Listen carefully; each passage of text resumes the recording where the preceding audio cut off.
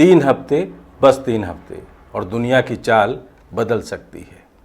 यह कोई एक साधारण वाक्य नहीं था, यह उस हकीकत की दस्तक है जो धीरे धीरे हमारे दरवाजे तक आ रही है। नमस्कार, मैं डॉक्टर विजय शुक्ल। वाशिंगटन में खड़े डोनाल्ड ट्रंप ने जब यह साफ कर दिया कि ईरान पर हमले रुकेंगे नहीं बल्कि और तेज होंगे, तब यह सिर्फ एक सैन्य घोषणा नहीं थी, बल्कि एक ऐसे रास्ते का चुनाव था जहां लौटने की गुंजाइश बहुत कम होती है। यह वही रास्ता है जहां शुरुआत में ताकत का प्रदर्शन दिखाई देता है, लेकिन अंत में नियंत्रण का अभाव सामने आता है। जब ट्रंप ने स्टोन एज का शब्द इस्तेमाल किया तो यह महज आक्रामक बयान नहीं था, यह उस सोच का आईना था जिसमें दुश्मन को मिटा देने की इच्छा उसके परिणामों की समझ पर भारी पड़ जाती है। इतिहास में ऐसे वाक्य और वाकया कई बार हुआ है और बोला गया है, लेकिन हर बार उनका असर सिर्फ लक्ष्य देश तक सीमित नहीं रहा। हर बार उसकी गूंज दुनिया के बाजारों, समाजों और घरों तक पहुंची है। आज भी वही खतरा सामने खड़ा है। फर्क सिर्फ इतना है कि इस बार दुनिया पहले से ज़्यादा जुड़ी हुई है, ज़्यादा नाजुक है और ज़्यादा निर्भर है। ईरान को समझे बिना इस पूरे खेल को समझना नामुमकिन है। यह कोई ऐसा देश नहीं है जिसे कुछ हफ्तों के हमलों से झुका दिया जाए।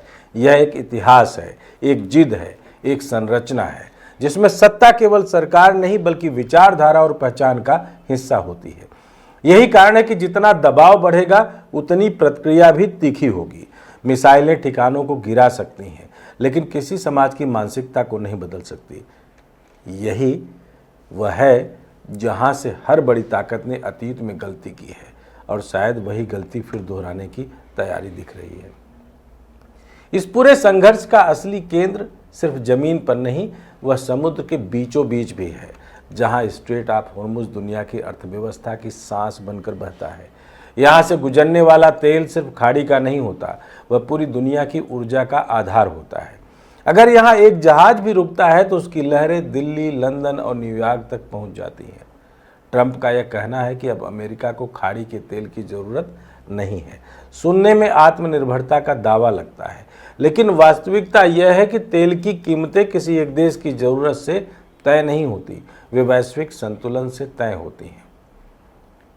और ट्रंप साहब ने पहले बोला था कि होर्मुज़ से तेल टैंकरों को निकालने की पूरी जिम्मेदारी उनकी है, और अब झोला उठाकर वो निकलने की तैयारी में है। अगर खाड़ी हिलती है तो अमेरिका भी स्थिर नहीं रह सकता, और भारत जैसे देशों के लिए तो यह सीधा आर्थिक झटका बन जाता है। बाजार इस सच्चाई को सबसे पहले समझते हैं, इसलिए वे सबसे पहले डरते भी हैं।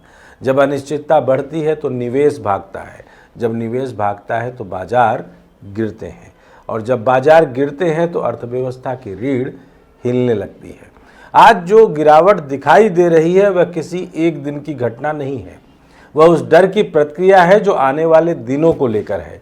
यह डर सिर्फ वॉल स्ट्रीट तक सीमित नहीं रहेगा, यह हर उस जगह पहुंचेगा जहां रोजमर्रा की जिंदगी चलती है।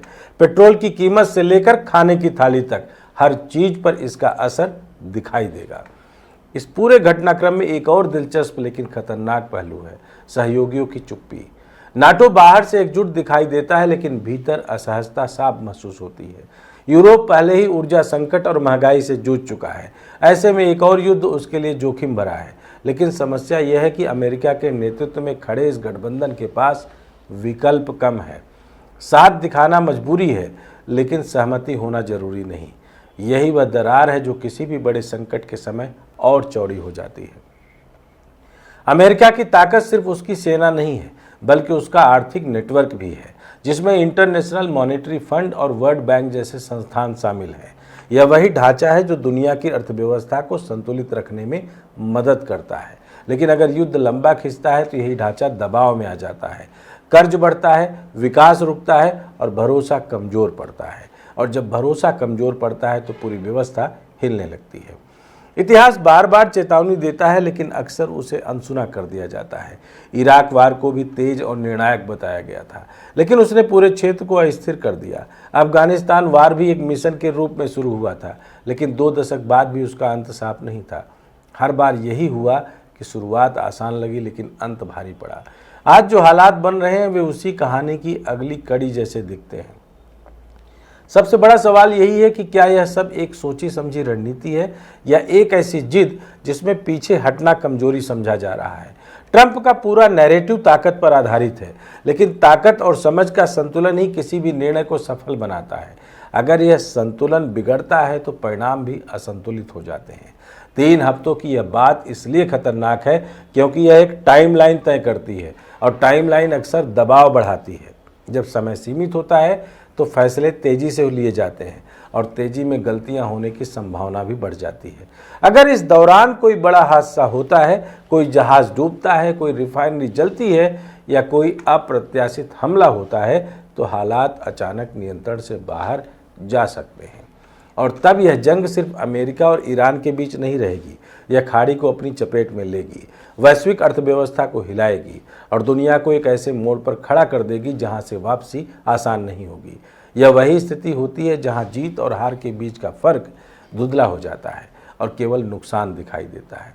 आखिर में सवाल वही बचता है जो हम बड़े युद्ध से पहले खड़ा होता हुआ देखते और सुनते आए हैं। क्या यह जंग जरूरी है या यह बनाई गई है? और अगर यह बनाई गई है तो इसकी कीमत कौन चुकाएगा? जवाब साफ है, आम लोग, जिनका इस फैसले में कोई हिस्सा नहीं होता, लेकिन असर सबसे ज़्यादा उन्हीं पर पड़ता है। 3 हफ्ते यह सिर्फ एक समय नहीं है, यह एक चेतावनी है। अगर दुनिया ने इसे गंभीरता से नहीं लिया तो शायद आने वाले समय में यह सवाल पूछा जाएगा कि जब संकेत साफ थे तब रोका क्यों नहीं गया? क्योंकि जंग केवल मैदान में नहीं होती, वह धीरे धीरे हर घर में पहुंचती है, और जब वह वहां पहुंच जाती है तो कोई भी उससे बच नहीं पाता। लेकिन अब तरीका यह है कि यह 3 हफ्ते वाली कहानी ट्रंप तो लगातार सुनाते आ रहे हैं, कभी 5 दिन की मोहलत, कभी 10 दिन की मोहलत, और अब 3 हफ्ते तक जंग चलने की बात। कोई जंग जो 2 दिन में ख़त्म होने वाली थी, अगर परिणाम आज तक उसका नहीं कुछ आया तो इसका मतलब लोगों का भरोसा ट्रंप से और ट्रंप की बातों से उठ चुका है। अब यूँ कहें कि ईरान का बच्चा भी ट्रंप की बात को मानता ही नहीं है। अगर आपको भी ऐसा लगता है तो अपनी राय जरूर दीजिएगा। जय हिंद, जय भारत, वंदे मातरम।